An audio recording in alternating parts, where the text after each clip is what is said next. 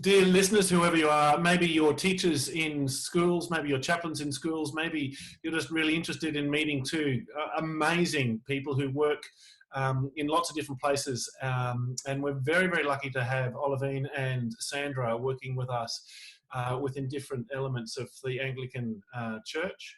But before I go any further, in our first of the yarning circles, I'd like to acknowledge that where I am is Ngunnawal country. And here in Ngunnawal country, the sky is crystal clear and the mornings are very, very crisp. And would like to acknowledge that this land, this beautiful brown flat land, has been home to hundreds of languages and cultures for tens of thousands of years. And should we be able to learn more from each other, and particularly from our First Nations brothers and sisters, we would be better and the earth would be blessed. And I acknowledge that wherever you're hearing this, you will be in a different place.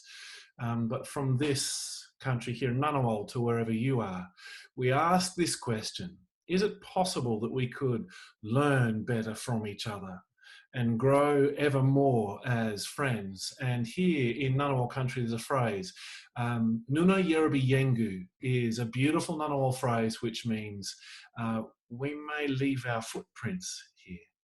So rather than me saying anything too much, really looking forward to hearing from Ollie and from Sandra.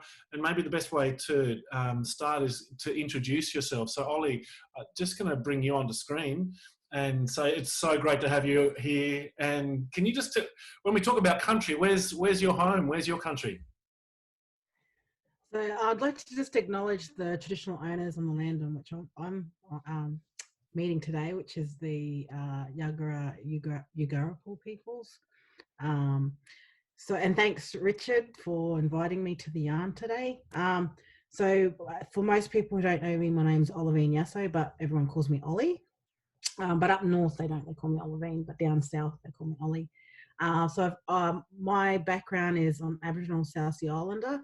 My people are from the Yemen Nation, which is around the Upper Dawson River area in sort of central Queensland, sort of across a little bit, sort of out from Rocky that way. And I was born in Bowen, so I was born and raised, born in Bowen, but sort of raised more in Katherine, Northern Territory. We went up there with my mum to help my uncle, who was a minister up there. And I've been in the southeast Queensland area for about 20 years plus, mostly in the Ipswich area. Did about 15 years out there, and then and just recently, probably I think it's the last, what are we in now, to the last 4 years in Brisbane. Yeah. Oh, Ollie, thank you. I'm going to stick with you just for a moment. What would be one of your favourite earliest memories, do you reckon?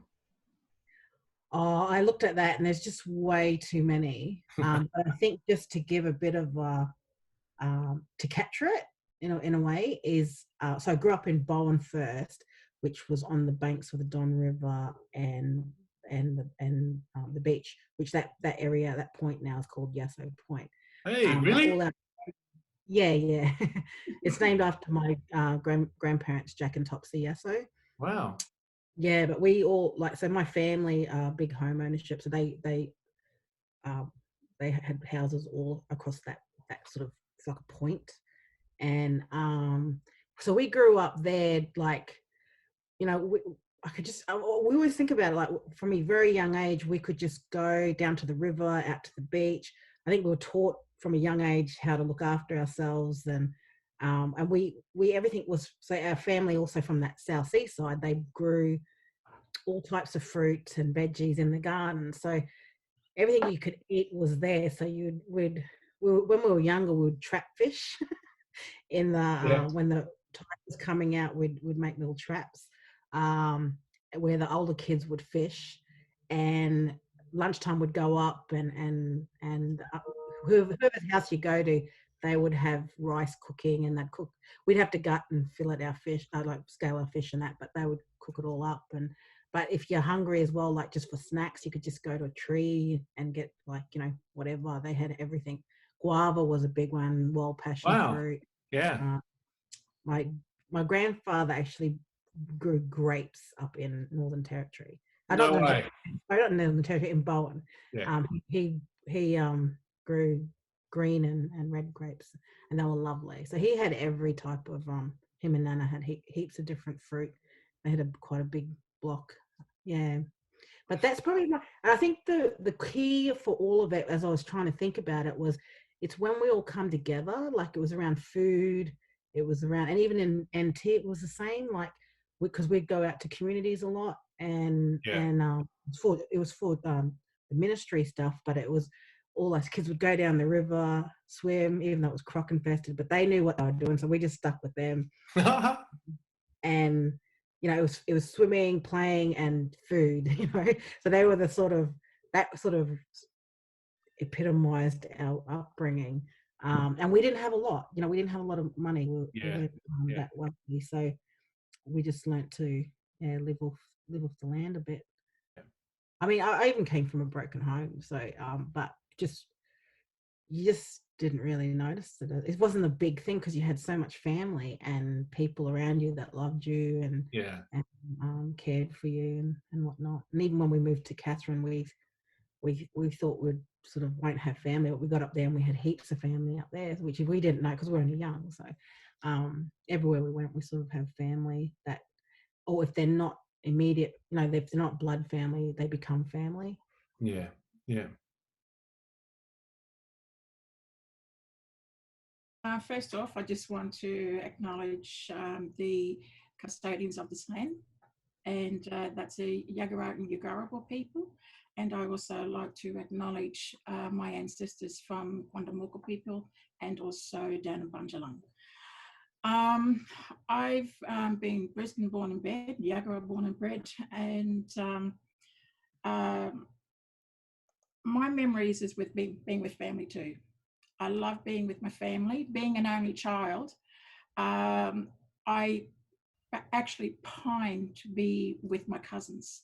It was the one thing that I look forward to. And we used to go down to Tweed all the time and go fishing and do all those things, like oyster picking, everything. That it's, I think all saltwater people did. We all did that. And music was also what my fondest memories are, and dancing, because being an only child, we didn't have much, and music was the only thing that we had on our little transistor radio. So that was what gave me happiness, and it also made me feel good inside that I can dance. I had my little friends with me, as a young child too. Yeah. So, you make the most of what you have, and that's what I made the most of. But when I was with family, it was just, my fondest memories of going down to Tweed and just running amok on the beach and in Tweed River, swimming in Tweed River and everything. And then we go to birthday parties. Yeah, I'm with Ollie on this. I think a lot of us are. Family was everything when we were young. Yeah. I was just going to say too, just with the music, because all my family are, so we're from a faith base as well. So we had a church in the same area that my family built, but they're all musicians. So again, music was everything. Even today, like with COVID, my uncle was live playing. He was taking requests from family all over Australia. Wow. For us, and singing. It was just wonderful. It was one of the, it was just beautiful. Yeah. Music is everything to us. Yeah. Pretty obvious to everyone that we're in isolation and starting to kind of merge out of that, but it's been a COVID 2 months almost. Music, Sandra, obviously, and family have had a massive impact in you growing up. What have you found in the last couple of weeks that's really that's nourished you over the last little while? Well, it's been hard for most of our community and family that we can't be with our family. And being an only child, well, it's my mum and my daughters. So I try and see them, but it's very hard with COVID. And because of their positions, we had to, they've been very protective of me.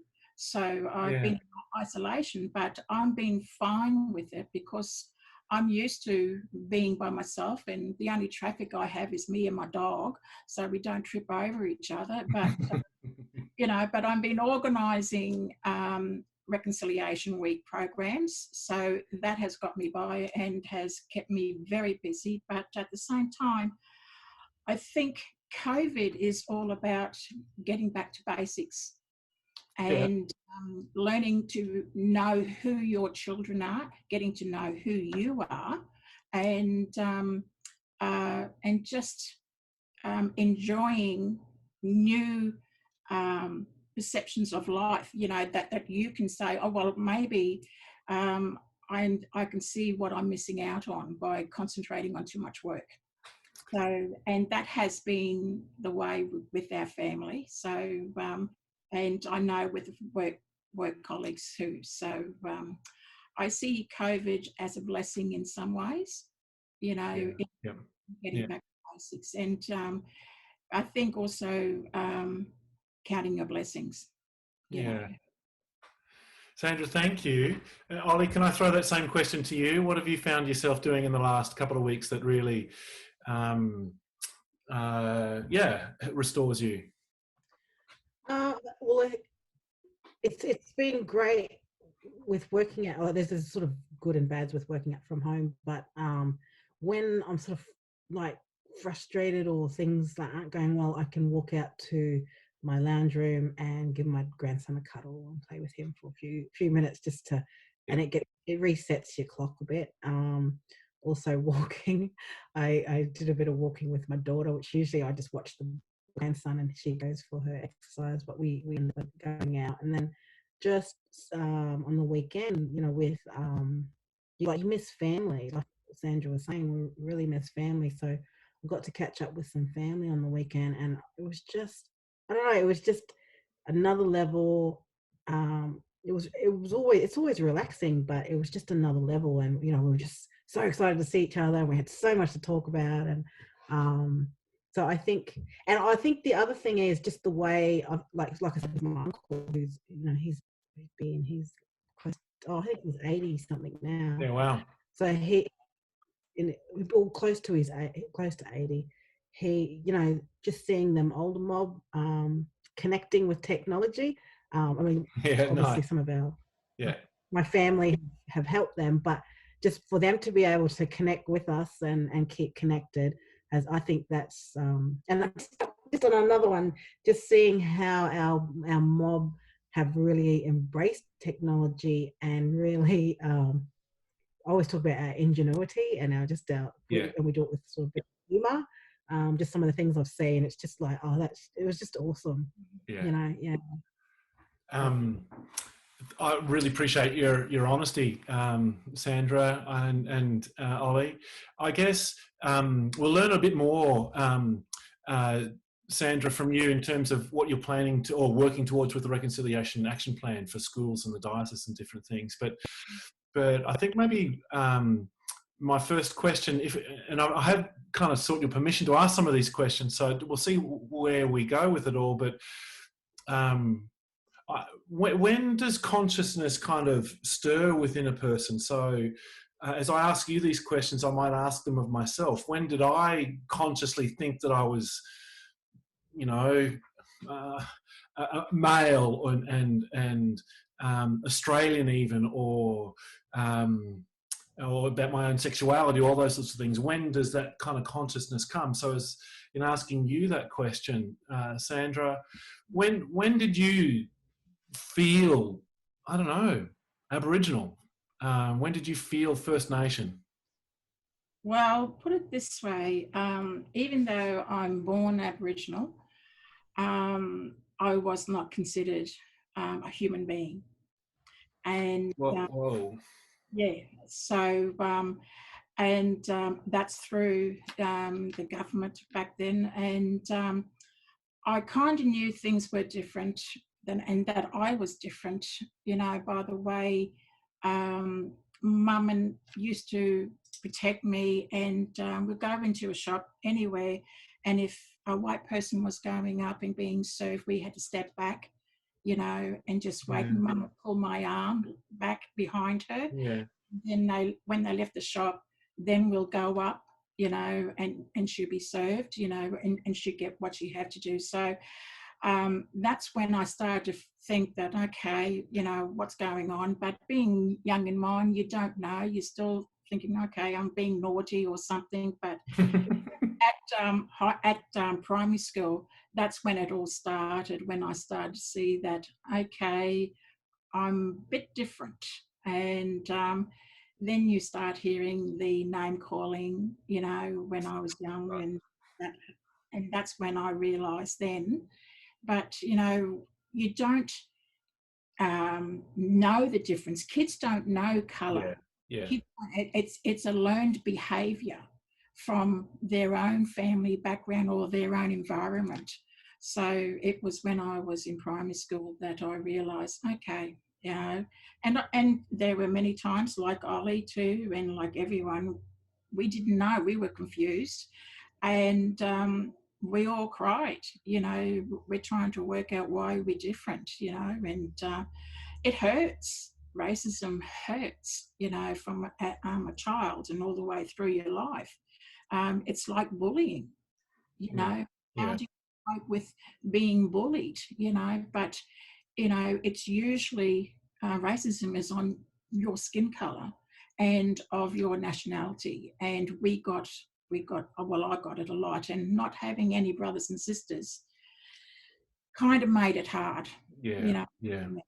I had nobody to go to you know, well, fight with me or protect me. So, you know, and I was all skin and bones back then, so there was no way that I was going to slap anybody, you know, bust up a fight. There's no way I was going to do that, you know. So you just had to take it on the chin, basically, and then I learned to laugh with them because I tried to, you know, say something, but because of my stuttering back then, I did try to say something back to the kids, and I stuttered all the way through it. And then from then on, they were mimicking me in my stuttering, as well as calling me, you know, Bong, Abo, and all that. So I just had to shut up and just take it on the chin and laugh it off at first, but then I just disappeared, basically, you know.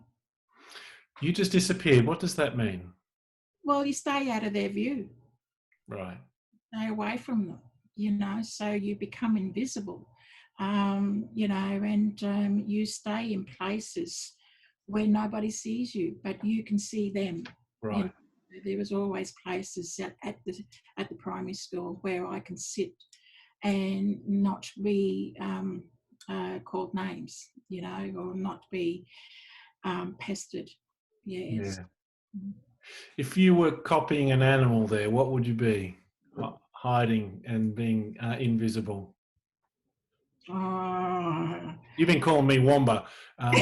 It's not. So what would you?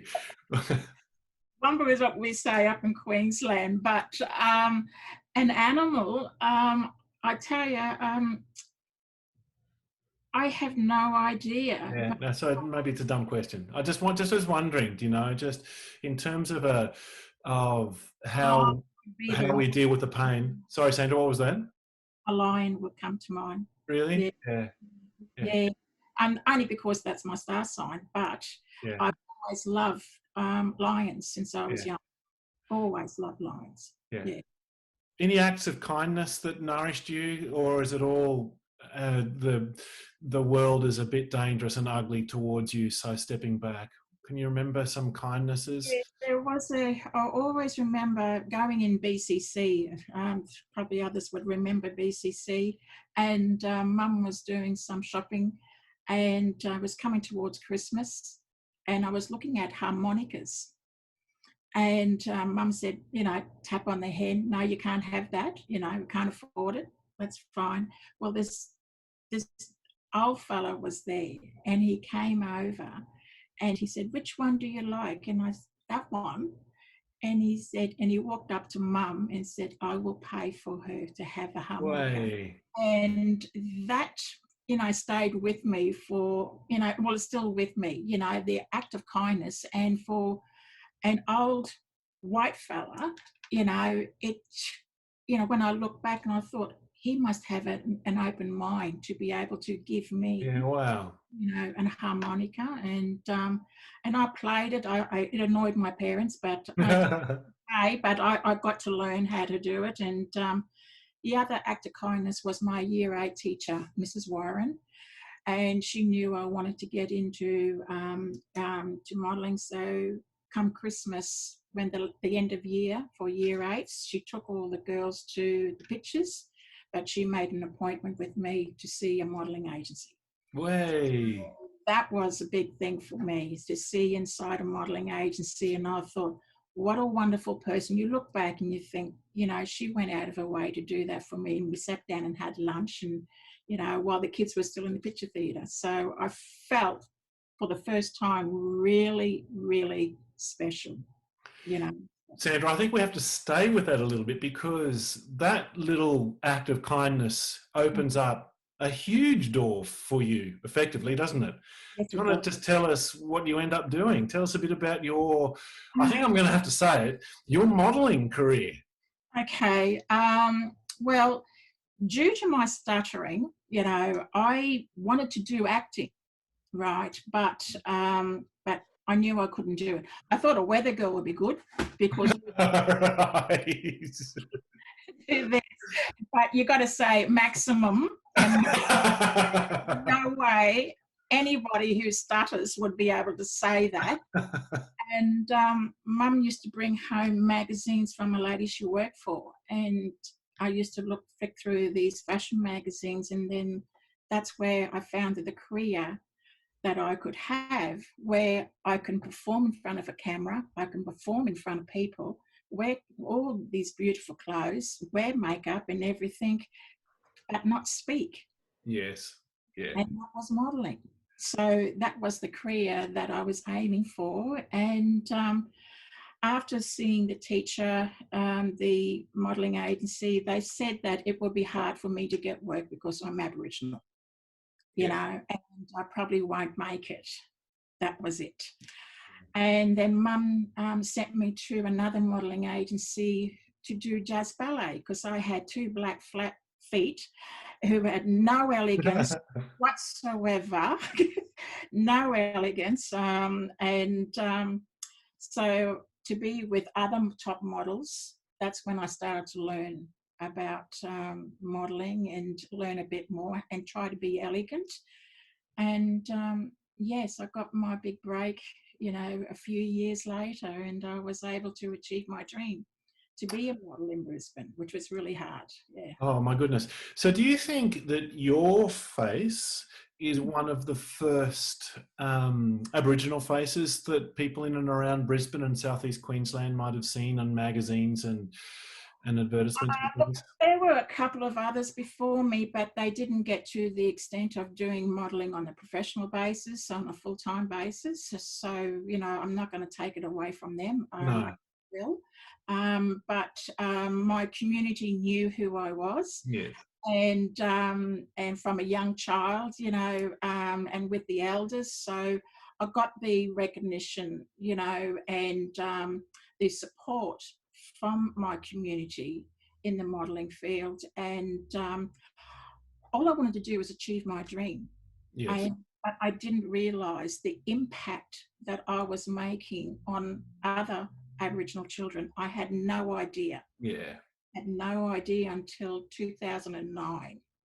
Yeah. And what changed in 2009 then? Oh, well, I went to this Indigenous Women's Leadership program in Canberra, and they wanted a couple of women to come up and just speak about the pros and cons of their careers and what they've done. And so I got up there and what I went through. And it just so happened we had a Q&A, and this lady right in the back of the corner, there was like, 150 women there. And she said, "Are you Sandra King?" I went, "Yes, maybe." Yes. It's No. just, yeah. And she said, "Oh my God, Sandra!" And she said, "You know, we used to put your photos up on the walls, and Whoa. Dad used to buy 2 or 3 newspapers for all our sisters and my sisters and I, to cut your photos out and put your photos on the wall." Whoa. And I went, "What?" And she said, "Yeah." She said, "We were all in awe of you." And I said, "I had no idea." And she said, "And then we saw you in Queen Street. You were walking on the other side. You just come from modelling." And my sister and I froze, and we just stared at you.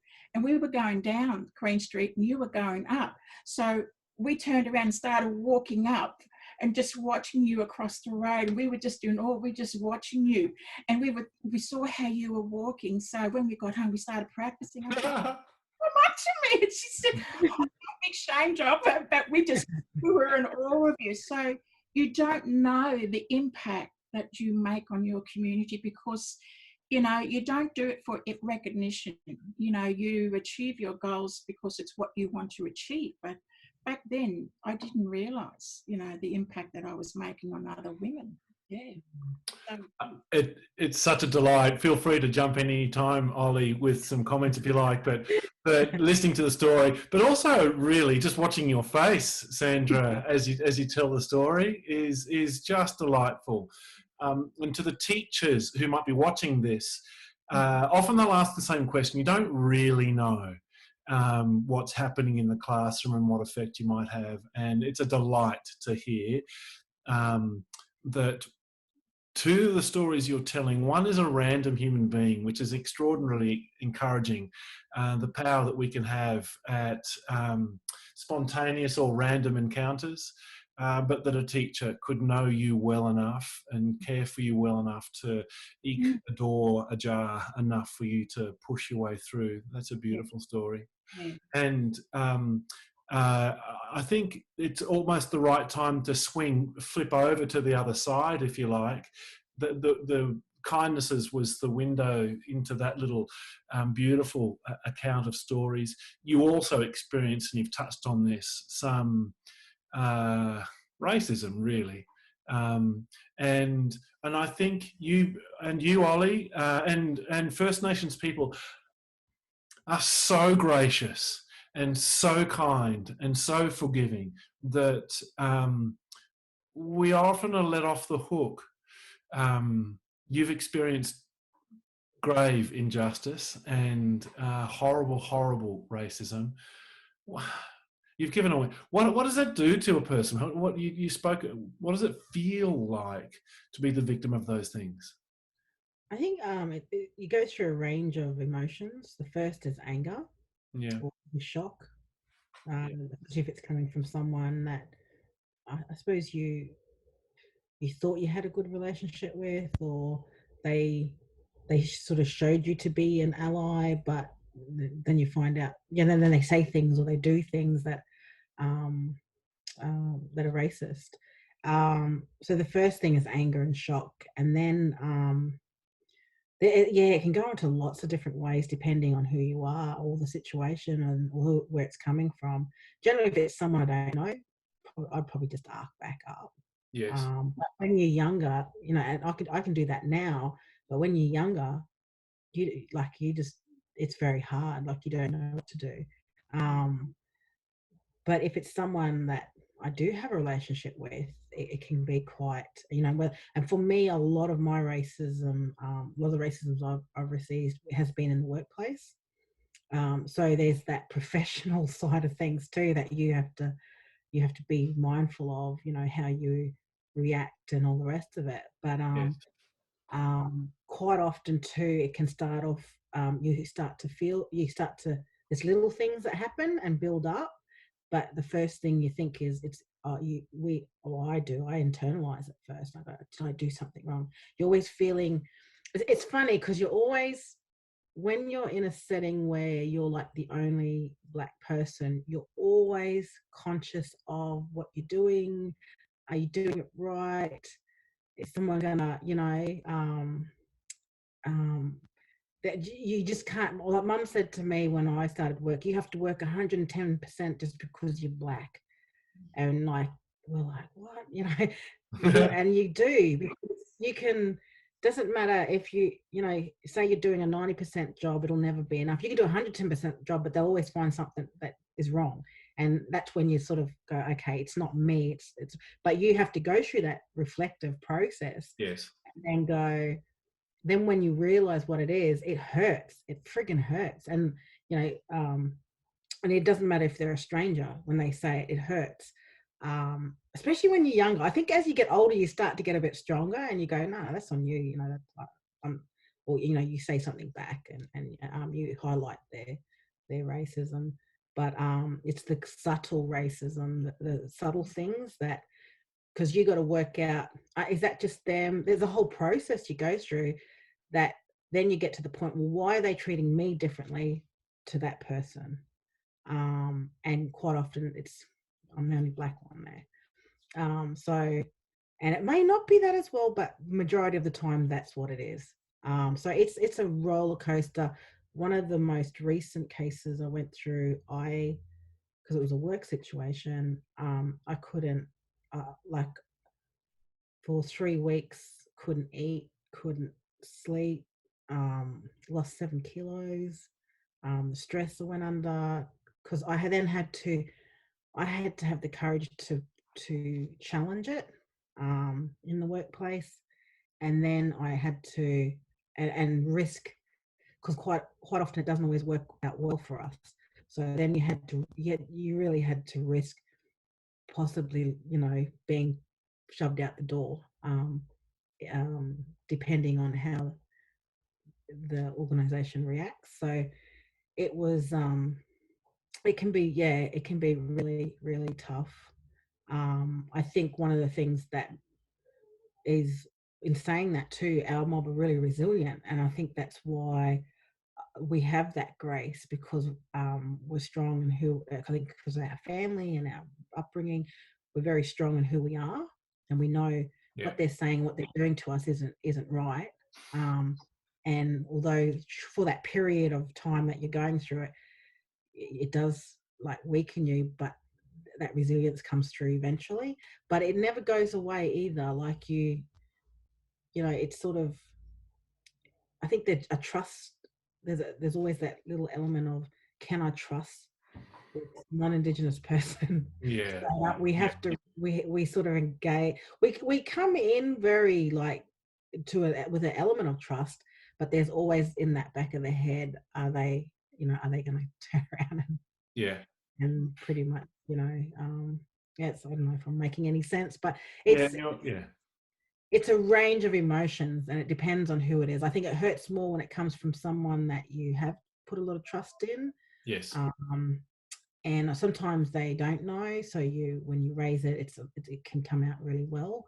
But I think when it's in a situation where there's a power imbalance, such as a manager or you know, someone who has a level of, or a higher position, that can be just absolutely stressful, and it flows into our families. You know, we come home and we you know, our families have to deal with how we're feeling as well, and you know, they get angry for us, and they, you know, but ultimately it comes down to us that has to deal with it. You know, our family's always there, they're going to go back, and they get to see how it impacts us.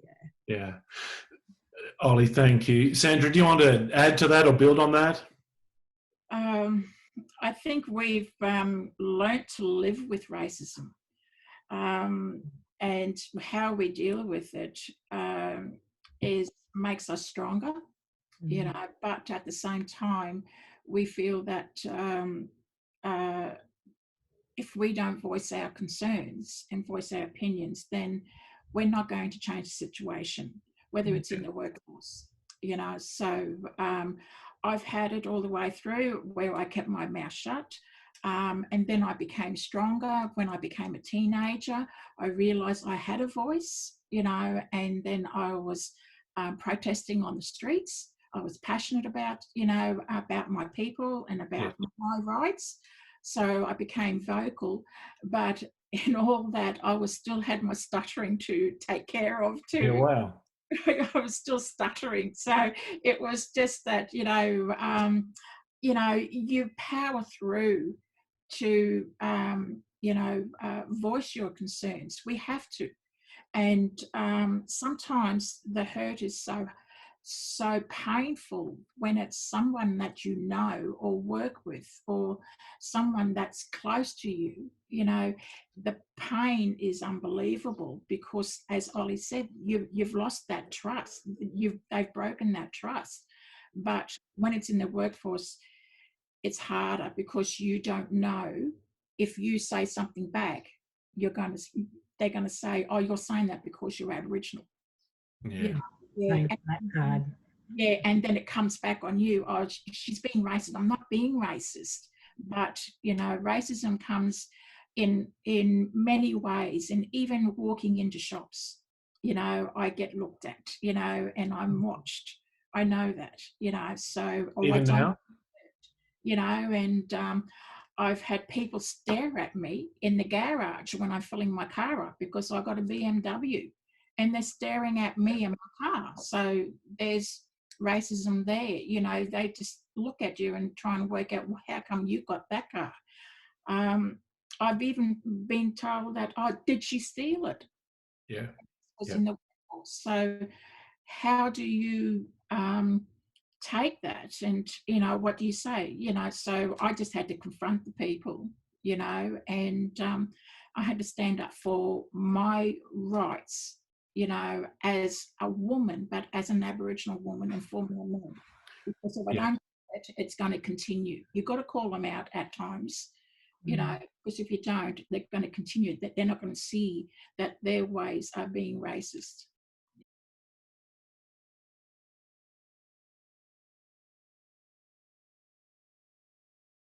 I did grow up racist. And I know that would hurt my mum and my dad as I said that, but it actually wasn't anything to do with them. It was the broader culture kind of shapes this mindset.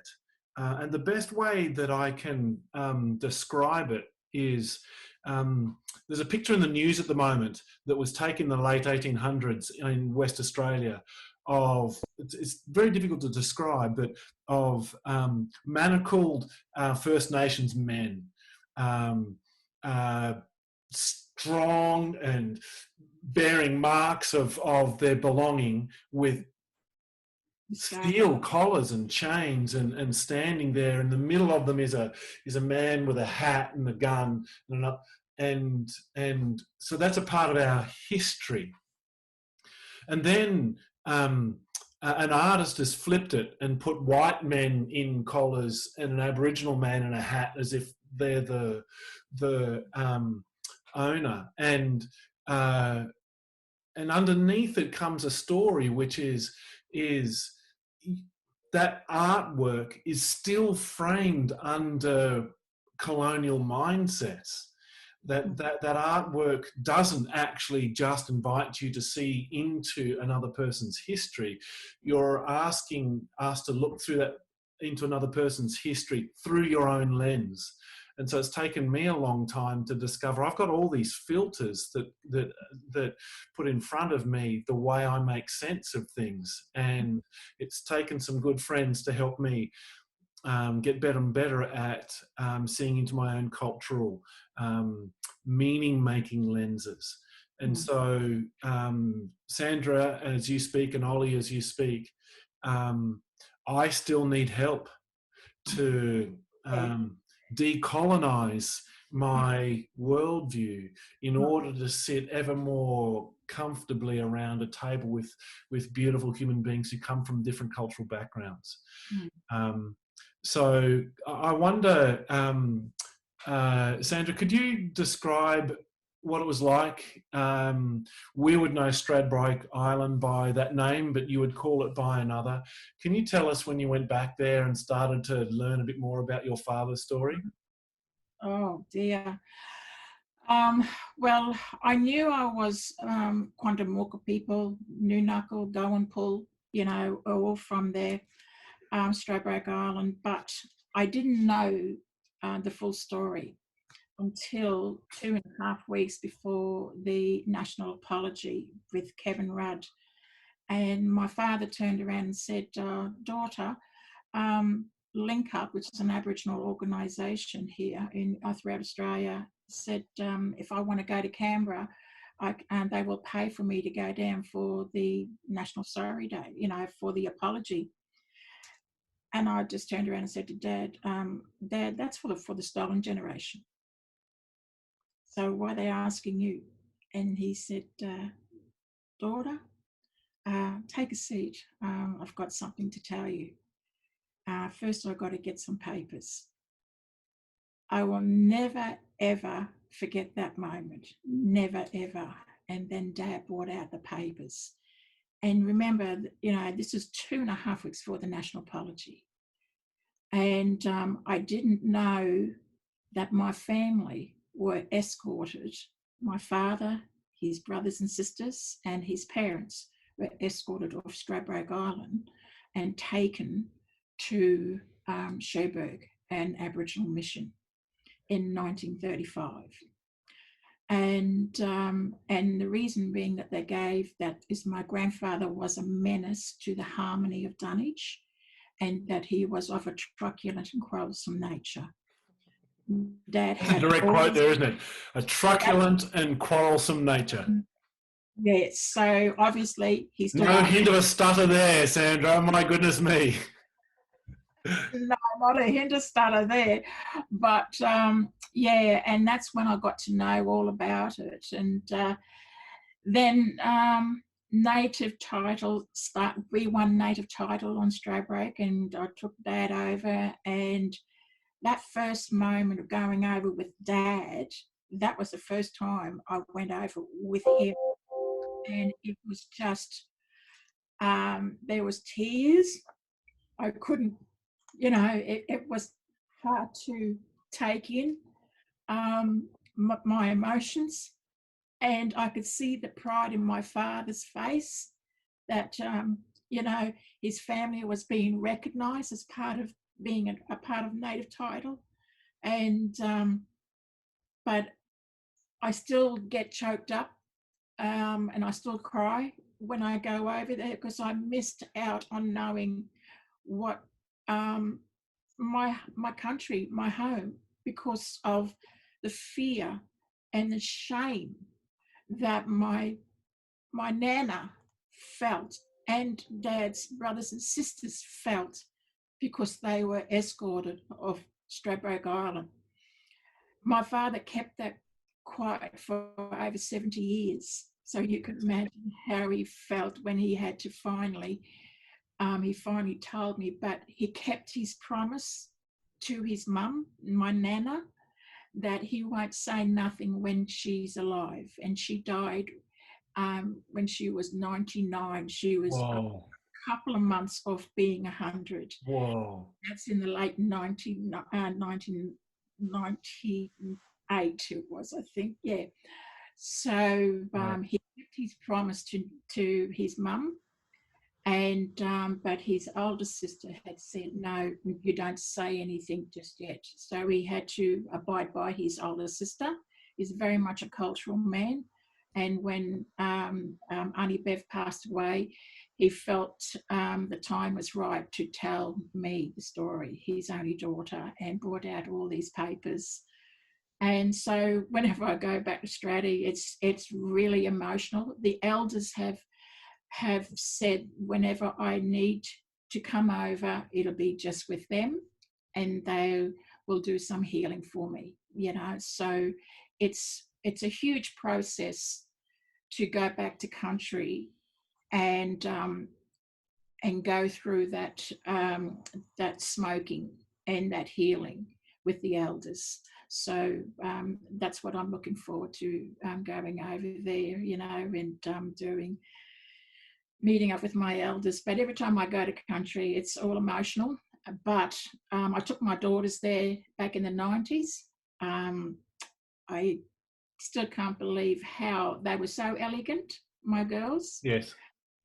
But here they were going through the grass and the bush with my cousin's husband back then, and they were walking, they were shaking all the trees and saying, "We're here, Mum, we're here." And I thought, Yeah. this is not my girls. These are two elegant girls, young girls. And then they were throwing sand in the air, and I, as a mother, you're worried about sand going in their eyes. But my cousin said, "Leave them. They know their ancestors are here. They won't get sand in their eyes." And sure enough, they just throwing it up in the air.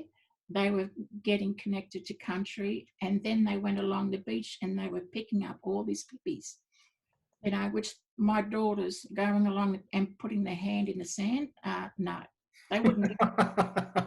They were, and so they felt right at home, you know. So now, but that we didn't know back then what was going on. You know, we didn't know that what happened with my father. But now, you know, going home, it's quite emotional. But I'm getting better. There's streets there named after my family as well. So, you know, we go there and with my nephew, who I call my son now, and on a cultural level, and we go there and just walk around country, you know, and I feel, I just love it. I feel blessed. Just going to take a couple of breaths here right now, because there's a lot to take in. My goodness, it's really hard to process what has been your journey. I guess my next question is about your dad. Why would he withhold that story? That promise to his mum, to Nana. He Yes, wasn't that promise. yes, but he made that promise for a reason. So he's a faithful man and he kept his promise to his mum. But why is that not something that you would keep talking about? Help me understand. Help our listeners understand. It's a shameful factor to know that, you know, the mob back home, you know, they didn't know the full story on Stratty. A lot of them did not know, only the older ones. But also, as part of the exemption, Nana was able to get an exemption because my grandfather died up in Cherbourg. And Nana fought the government and was able to get an exemption. To get an exemption to move away and move out of a mission or a reservation, you then stop being an Aboriginal. You cannot go back to live on country. You are not allowed to associate with fellow family members or Aboriginal people. This is all part of the exemption back then. Right. And therefore, because of Nana's fear, if they spoke about it, they could be taken back. But for Nana, she was only allowed to take two of the youngest children. Dad was the youngest. Can you say that again? Sorry, Sandra. Yeah, Dad was the third youngest. Yes. So he had to stay back with his older brother. And when you say stay back, you mean Cherbourg? They in Cherbourg, they were in the boys' dormitory. Yep. And then on the other side of them was the nursing mothers. Yes. And on the other side of that was the girls' dormitory. And so as a young kid, a young child, you're not allowed to see, you couldn't see your mum. You didn't know where your mum is. So, you know, and when she was coming back, but she took she was able to take the two youngest, and she had to prove that she can take care of the children and find a place in Brisbane where they lived on Stratty and had a home. But now she had to come to Brisbane. And her parents were living in Brisbane then, so they were able to take care of her for a little while until she got set up in a home, and then she went back. And the government kept the money to pay for the children to come back, you know. So it was a while before she was able to get her remaining children. The trauma that my father and everybody else had gone through is unspeakable. And we had to go through that with Dad. He was able to open up about it when we had to do his redress scheme. So I had my cousin with me because of my binang. Binang means ear, I'm deaf in one ear. So I got my cousin to come with me, and we asked all the questions that was in the redress scheme, and Dad was very open about, you know, and the trauma that he went through. And that's why you find a lot of people never spoke about it, because it was just too hard. Yes. The fear of going back to one of those missions is just, it's real. It's real.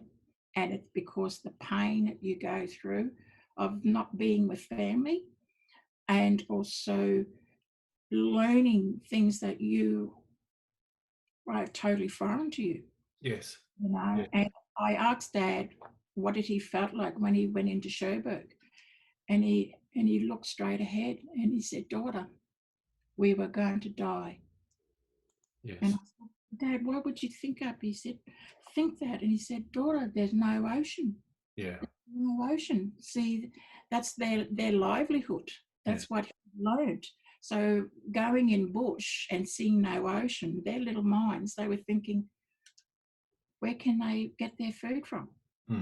So for young boys to think that, and women, you know, who are saltwater people and going inland, that's huge to think, you know, we're going to die. Yes.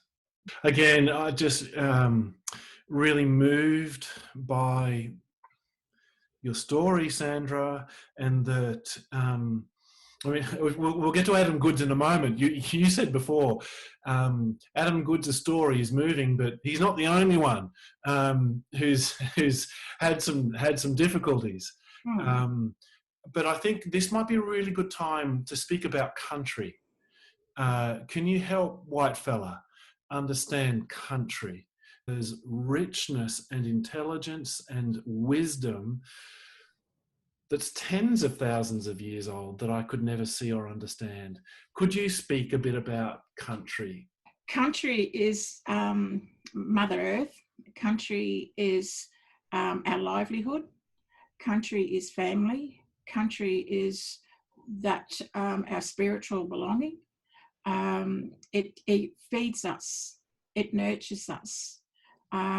It is us, you know, and that's what's happening right now. Is Mother Earth is not happy, you know, of course, what's happening. Connection to country is vitally important. And you cannot, you know, native title is come along, and I'm not happy with native title, but we have to go with it. You know, we don't own country, you know, we are part of country. And I love being a saltwater woman. It means more to me than anything else, you know. So a lot of people put value on country, as in the dollar sign.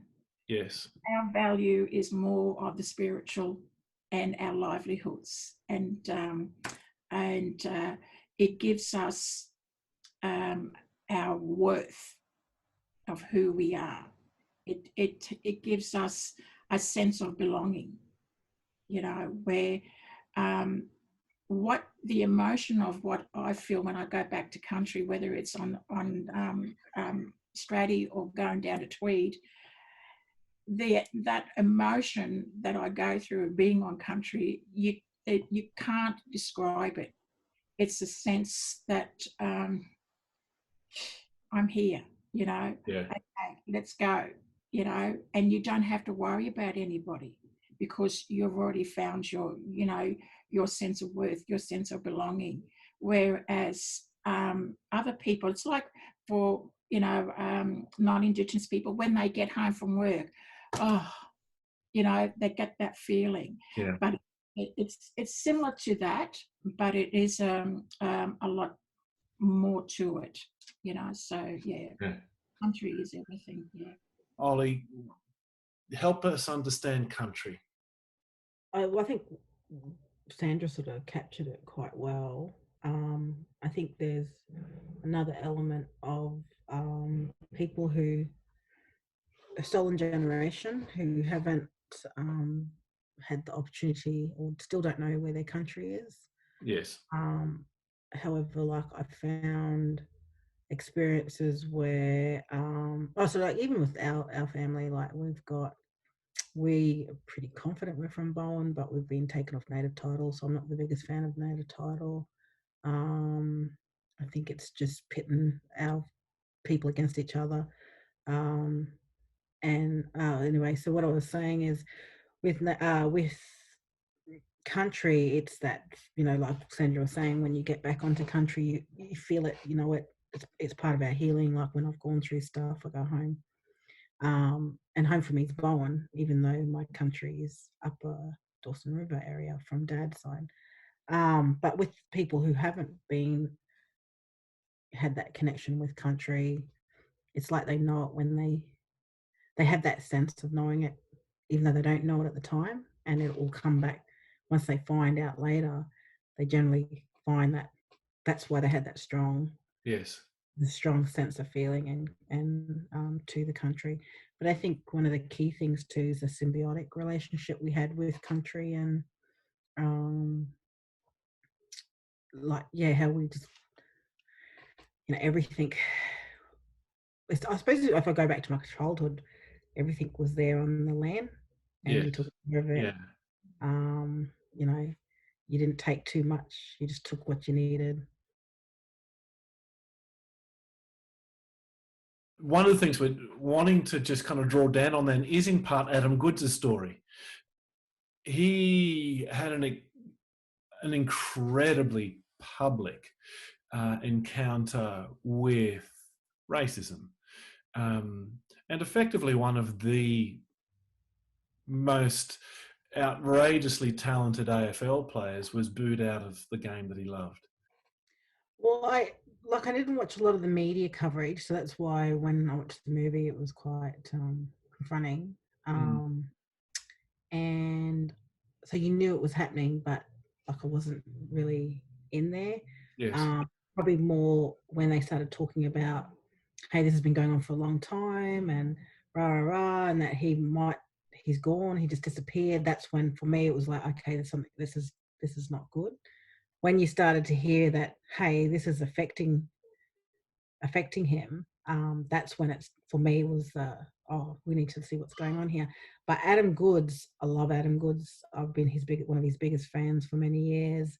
Watched every single one of his premierships, and watched him, like especially in them earlier years coming through.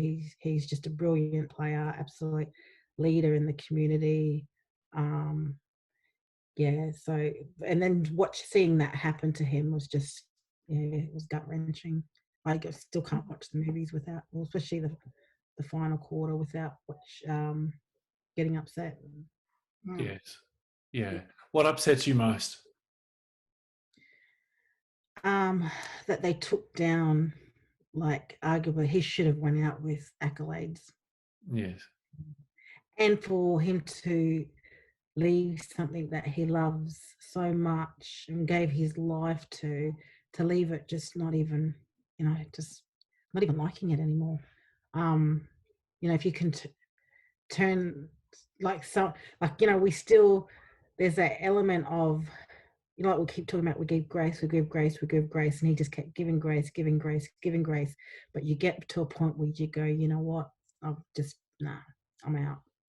And that makes me angry that they took out one of our top players, who arguably would go down in history as one of the best players ever, and took him down prematurely. Like, I reckon he would have had a couple more years in him, and who knows what more he could have achieved. And they broke him. You can see he was broken, and that made me angry. It's like, and I think the correlations for that too is like he dealt with that on a public level. Yes. So we deal with it on a personal level, on a professional level quite often, and that hurt. That we understand how that feels. We can understand. We can empathize with what he's going through, but he got it on a public scale, and it was. And people still today don't think they did anything wrong. Correct. Yes, that's It's, right. they were booing him because, but what about all them years prior? All them years prior, he didn't change his game. Yeah. Change his game at all. But all of a sudden, it was easier for them to say, "Oh, it's because he's staging kicks and he's, it's because we don't, you're a tosser, they'll keep calling you all these names. That's why they're booing you." It's like, whatever. Like, there's Yeah. been players do a lot worse, and people don't sit there and boo them game after game after game after game. Yeah. Yeah. I think, and this is where Australian society is annoying, in that they won't accept the history. Yes. A lot of them still won't accept the history, or it's like, get over it. Yeah. Yeah. Okay. Well. Yeah. And or they'll say it's something else. Like, even when you deal with racism in a work Yeah. setting, Yes. if you go to a HR, quite often they'll go, "Oh, do you think it's," or they'll qualify that person. They'll go, "Oh, maybe they were just having a bad day," or maybe, and for us, we have to, when things happen, we have to track everything that happens so that we can show a pattern of behavior. Right. Why should we have to do that? I mean, I don't think you should just take people at gospel either. Like, there should be some type of what do you call it, investigation, if you want to use that word. Yes. But at the same time, I hate when they dismiss it. It's like, "Are you sure that's what they meant?" I'm pretty sure that's what they meant. This is what they said. How Yeah. can you misconstrue that? Yeah. But you will still get that regardless of what they say. Yeah. It's just, yeah. So Adam Goods, like, I hope, but I don't even think I don't even know. Maybe in time, once it heals and that, whatever, I would like to see him have a better send off, or some type of monument to him. Yeah. But whether I know what that's like. I've walked away from people and jobs and and just went, I'd rather go on and live my life and not have you a part of it and in it, than pretend to go, "Oh, thank you," and that's nice. I Yeah. can sort of understand that at the moment, but yeah, hopefully, whether I'd like to happen when he's alive. But whether Of he course. will, Of course. I reckon he will. He's actually a Yeah. really beautiful person. Yeah. I see a man of extraordinary grace. And AFL's not my sport. I remember talking in the common room at work, people going, what do you think about going on with this? And I'm going, it's not my sport. I've never been to an AFL game. Actually, I've been to one. I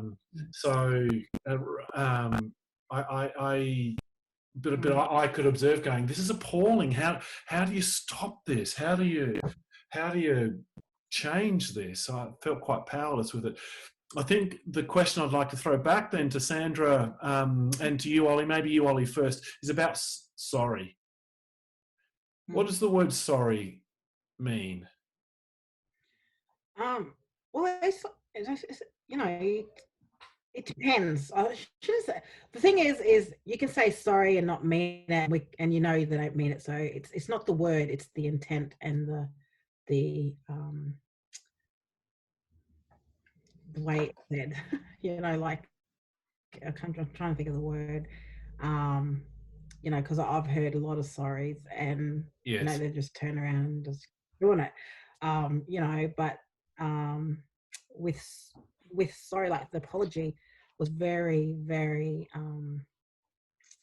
I cried, like, I just bawled, and I wasn't expecting to do that at Yes. all, and it was like, it was that, from that it was just uncontrollable, and I didn't even know where it was coming from. And I think, Wow. for me, Yeah. that was the first time I sort of went, you know what? Is this intergenerational trauma? Is this what they talk about? Because, I've had my great great grandparents were all part of the stolen generation. So, I thought, is that what? But then I think it's also like, it was that first start of acknowledging that, hey, there was a history here in Australia that Yes. hasn't, that it was acknowledged in government. So that was very profound. I've had people say to me, oh, I'm so sorry for what's happened to your people.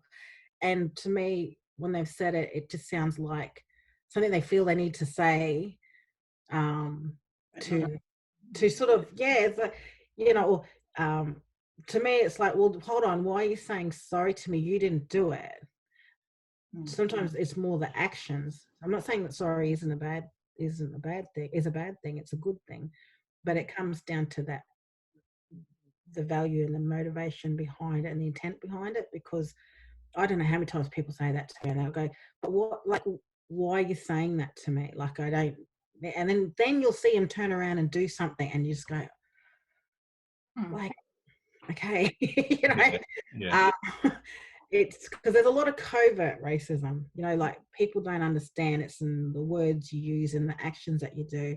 Quite often I see a lot of people, and I see this a lot within the human services and the church type stuff, is they have this, they go on this journey, and they, wanting to understand, I guess, accept the history, and, everyone's beautiful, you're beautiful people, blah, blah, blah. But they will still, because they haven't checked in their unconscious bias, and they still will, they think of us as, oh, we need help. Yes. Let's go save the black fellas. And they don't realize some of the actions they do and the words they speak and the way they speak about us is affirming that unconscious bias that we lesser than, we need help, we can't do it with, I call it the Messiah complex, that they come in, I'm going to come in and help the black fella, I'm going to save the black fella. But, and then there's that quote by Olly Watson that I always use, is, I can't remember it at the moment, but basically it's about, if you've come here to help us. Bugger off, I think she says, doesn't she? No. No, she says, it's basically about understanding that your freedom is tied up with ours. Yes. So reconciliation is, that's what I was saying with my focus thing as well. If people don't get that, if we all don't take this healing process of, truly understanding each other and having them honest conversations, and then moving forward, we're never going to heal as a nation. It's not us. It's both. It's two together. It's got to come together. And I think even with reconciliation, I get annoyed because, you get things, people still coming to the Aboriginal or Torres Strait Islander person, oh, Reconciliation Week's coming up. What, like, it's not about what they want, but just like, especially around wording and that sort of stuff. And it's like, hold on, reconciliation is for everyone. Why can't you as an individual write something or say something or do something? Why does it always have to be left up to us? Yes. And so I think there's all these sort of little elements where I think people, I'm being careful of what I say, because I don't want people to, I think people go to, it's all these different levels. So they go to this huge extreme, but to me, it's always about human to human. If you get to know me, I get to know you, I get to understand your little what you're doing, knowing and being, and you get to know my ways of knowing and being, and we can then interact as human beings in a very respectful way. We don't have to agree on things. We don't have to have the same, you don't even have the same value sets. You just got to have that respect for each other. Yes. And want and have a common goal. And I think for Australia, the common goal is to have a cohesive nation. I mean, to as good as it can be. And for us as Aboriginal people is to have that healing, because there's a lot of our mob that are suffering, and it is from racism. Yes. It is from and they'll react in they might be a little bit more, what's the word, confronting, But that's what I say to people. But you got to come from where they're coming from. Yes. Like, and quite often, if you just keep yarning and keep talking and or just sit and listen, even, well, that's probably the key thing. Sit and listen and just be there. You know, not wanting to be the savior and do anything. Just be there, understand, and get to know that person. That will soften. It will start to soften. I always say, if you just sit and listen, even if our mob's going off, if you just sit and listen and you don't defend anything, like that's the one thing white fellas do all the time. They want to defend if it's not the organization, or if it's not, Yeah. you know, or you know, don't stop defending it. Who cares? Like, all we want to do is be able to tell you how we're feeling, what's happening, rah rah rah. And then actually, there's a really good example. Just recently, we Yeah. had an incident. So that our First Nations person gave feedback of their grievance from this incident, and the non-Indigenous person, did do a little bit of defensive, but it quickly realized, hold on, stop, and just listen. And then they gave us grace. They gave us grace. They said, oh, I shouldn't say they gave us grace, because that's not right, but they operated in humility, and you could see, and just from the mannerisms, the way she responded, that she was truly sorry for what she did, and she apologized. She didn't say sorry. She said, I apologize for what I did. This is what my intent was, but I know, I can see now my intent was Hey, wrong. wow. Yeah. And then once that happened, we then went straight into, so that, and that, in that period of that conversation, that period happened very short in the start of the conversation.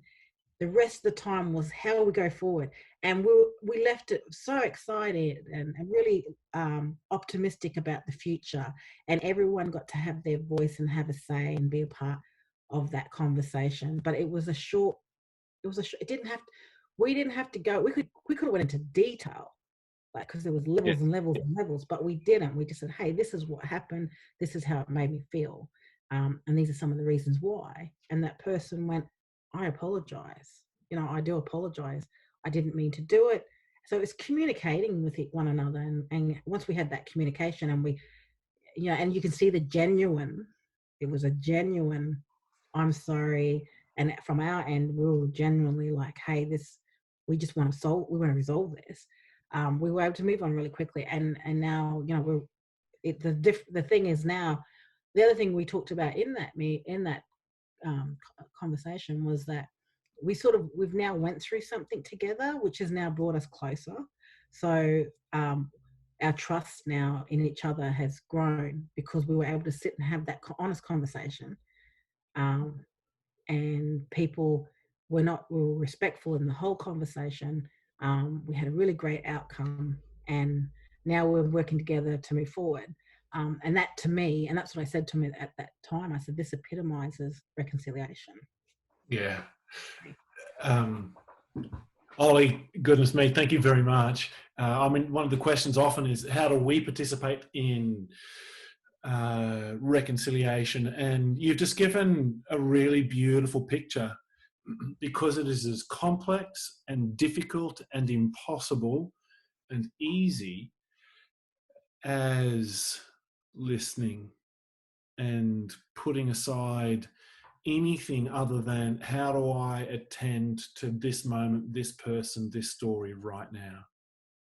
Well, one of the things in that is, even we talked about this as well. I said, Yeah. prior to me actually having the first conversation, because I was so angry. I was really angry, and I had to calm down, and I said to myself, what do I want what's the most important thing? And I said, relationship. Relationship is the most important thing. So when I went into the first conversation, that's what I had in my mind. So I was very full in the way we did it. And it had a really great outcome. And then we went to the next level of conversations with the other people that were involved, and it was the same thing. That was like, we hadn't even spoke to them about it, and they were saying what they wanted was to be able to have this conversation honestly. And they kept apologizing. You know, the First Nations person kept apologizing.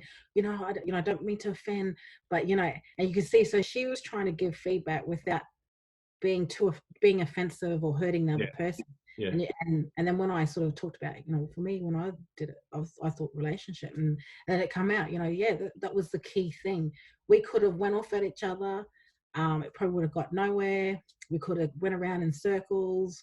One person be defensive, the other one be defensive, or making justifications for what we did. But we just went, what? There's a mistake made. It wasn't intentional. We believe it wasn't intentional. And let's just move forward now. But we had to have that conversation, because for us, that's that healing process. And that's us knowing then that person listened. We can see it and we can feel it, that they genuinely listened, and then the way they reacted, it spoke to that they genuinely heard us, and there was the remorse was there, and humility. The lady did it it was such humility. It was lovely, and yeah, it was such a great moment, and that's what we talked about. This is reconciliation. Yeah, my goodness, thank you, Ollie, thank you so much. Sandra, you've been listening very, very well, but that's a beautiful picture of reconciliation. Do you want to comment on that or build on that yourself? Well, I just wanted to go on sorry as well. Yes. Because, sorry is not an easy word to say for anybody, and it's a powerful word, and it takes a person to say sorry. That person has to be very strong in themselves, but also very compassionate to be able to own the wrong that has been done, to say sorry. And that's what Kevin Rudd has done on behalf of Australia, is to take that on and to say sorry. But a lot of people missed the meaning of it and didn't understand. They were still coming to grips with what really happened. A lot of them did not know. And for our people, a lot of them were still also learning themselves, because they... You included, Sandra. Yes, because I knew 2.5 weeks before, but I also but we were also coming to grips with it. Yes. Because we've had the same education as what of a lot of people our own age, and we did not know. Well, I didn't know until late 80s, 90s, when I started to hear little bits of it about the stolen generation. From talking to elders, and what happened? What's going on here? And a lot of them, the pain that they felt, they didn't talk about. So they didn't, we did not know the extent of it. And until I started to look into it in other people, but a lot of our people were still trying to come to grips with what their families would have gone through. Yes. A lot of them did not know that it was their family also. So I agree with Ollie with regards to it. And reconciliation to me is, well, I suppose it's a dream for me, to be not judged by the colour of my skin, and not to be judged because I'm Aboriginal, to acknowledge and accept the history of that's rich and is the oldest surviving culture in the world. Yeah. Reconciliation is about working together and to know the past and accept it and acknowledge it. You can't move forward without acknowledging your past. And that goes within a relationship, and and this is regarding Australia's relationship with the Aboriginal people. And so the education system has a huge role in this, in talking about the truth, because we've all been told little lies. Yes. Way through our lives, and I've felt so uncomfortable and embarrassed about my people, who tried to kill Captain Cook, you know, and it made me feel embarrassed, you know, and ashamed. And no child should never be made to feel embarrassed or ashamed of their religion, their people, their ancestors, anything. You know, it's all a part of learning so it doesn't happen again. And that's what we need to do as Australians. Is reconciliation is important. Like I said, it's a dream where I can not worry about walking in a shop and people staring at me, Yeah. you know, Yeah. and following me, you know, or you know, not to have that judgment. Yeah. That's reconciliation. Do you know how long we've been talking for? No. We've been talking for about an hour and 40 minutes. Okay. Which, and I knew this before I even started, that this needs to go on for days and days, and maybe, so this is not a comprehensive summation of things. To you beautiful viewers and listeners, to the first yarning circle here, maybe this is just the first of many, an introduction to Sandra and an introduction to Olly, that we can get to see a face behind a story. And it's close. This is Brisbane, this is Queensland, this is Gwandamooka, this is Straddie, this is Tweed. So it's right, this is our mob, this is us. So to listen to you, Olly, and to you, Sandra, is an enormous privilege. And I just would want to acknowledge with a deep gratitude for you being so open, and to offer here what I said in the beginning. It's your story. I don't own it. We don't own it. We're not chucking it around. So go very, very gently. But would hope and pray that through this little conversation we can see more clearly our own history, and see more clearly how it is possible for us to participate in reconciliation now, not wait for a government program or even a school class, but to be open and to learn and listen, and read and grow a hunger for understanding more and more deeply. I have been extraordinarily privileged to listen to you, Olly, and to you, Sandra. It's been my privilege to listen. I hope I've asked the right questions. I've learned so much, but more importantly, I've felt sad listening to you both. I've felt deep, deep joy and delight listening to you and to you speak. And I really, really hope, and I know that our teachers and chaplains and the students the other side of this in our schools, if they're open, will be richly blessed by being opened into a little bit into the story of you, Olly, and of you, Sandra. So thank you so much